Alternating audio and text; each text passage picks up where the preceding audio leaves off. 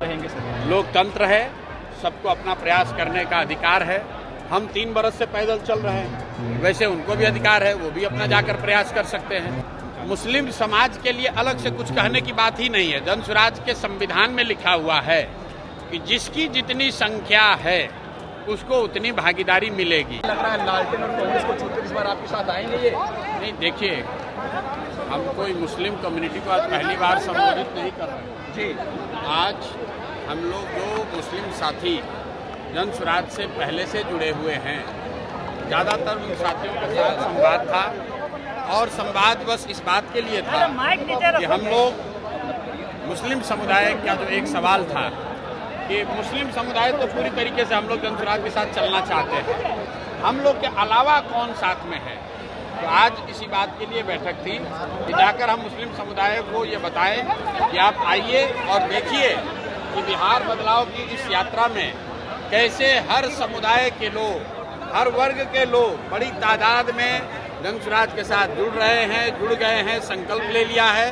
अब आप जो पहले से जुड़े हुए हैं, आप कहीं पीछे न रह जाए, इसके लिए आज उनसे संवाद किया गया और आपने जो लोगों का कहना था वो आपने सामने सुना। M/2 समीकरण को आप लोग नुकसान करने की हम लोग एक ही समीकरण मानते हैं, वो समीकरण है विचारधारा आधारित समीकरण, कि जो लोग भी भाजपा से विचारधारा के आधार पर लड़ रहे हैं उनका समीकरण होना चाहिए। और इस देश में आधे से ज़्यादा हिंदू विचारधारा के आधार पर भाजपा के साथ नहीं हैं, भाजपा से इत्तेफाक नहीं रखते हैं। तो जन स्वराज का फॉर्मूला M/Y सब फॉर्मूला नहीं है। जन स्वराज का फॉर्मूला ये है कि जो भी हिंदू, जो आधे से ज़्यादा हैं, जो विचारधारा के आधार पर गांधी, बाबा साहब अम्बेडकर, लोहिया, जयप्रकाश विचारधारा के मानने वाले हिंदू जो भाजपा से लड़ रहे हैं, वो मुसलमानों के साथ मिलकर सामाजिक राजनीतिक गठजोड़ बनाएं। और अगर ऐसा होगा तो हम लोग M/Y की संख्या है 30, लेकिन जो समीकरण जन स्वराज का है उसमें संख्या होगी 60, भाजपा हो जाएगा 40 और हम लोग इनको बुरी तरह हराएंगे। वोटर एडिशन डिलीशन को लेकर के राहुल गांधी, तेजस्वी यादव कल से बिहार की सड़कों पर रहेंगे सर? लोकतंत्र है, सबको अपना प्रयास करने का अधिकार है।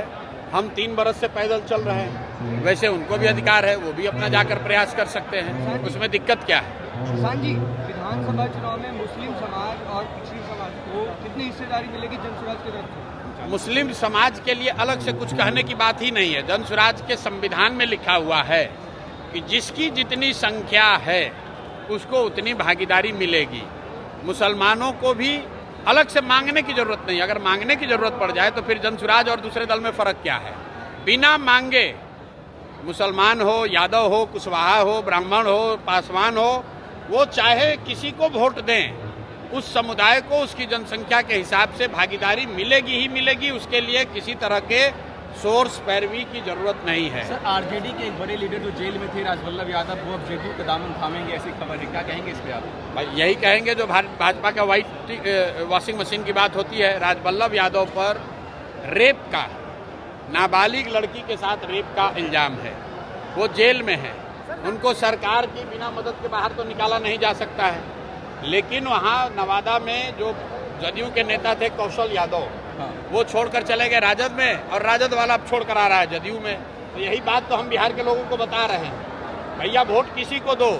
यही 1250 परिवार का आदमी यहाँ पर विधायक सांसद बनता है, और इस बार बिहार के युवा ने, बिहार के लोगों ने तय कर लिया है कि इन 1200 लोगों से हम लोग का निपटारा करेंगे।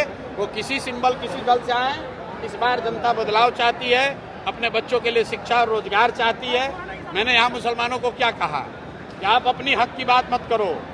गांधीवाद ये है कि जब मुसलमानों की सुरक्षा की चिंता हिंदू करे और हिंदुओं की भलाई की चिंता मुसलमान करे, ये गांधी सिखाते हैं। मुसलमानों को अगर अपनी सुरक्षा के लिए बात करनी पड़े तो फिर राजद और जन स्वराज में फर्क क्या है। आपको अपना हक मांगने के लिए यहाँ आवाज नहीं उठानी है। आपको कोई समाज में हक किसी का न मारा जाए, इसके लिए आवाज उठानी है।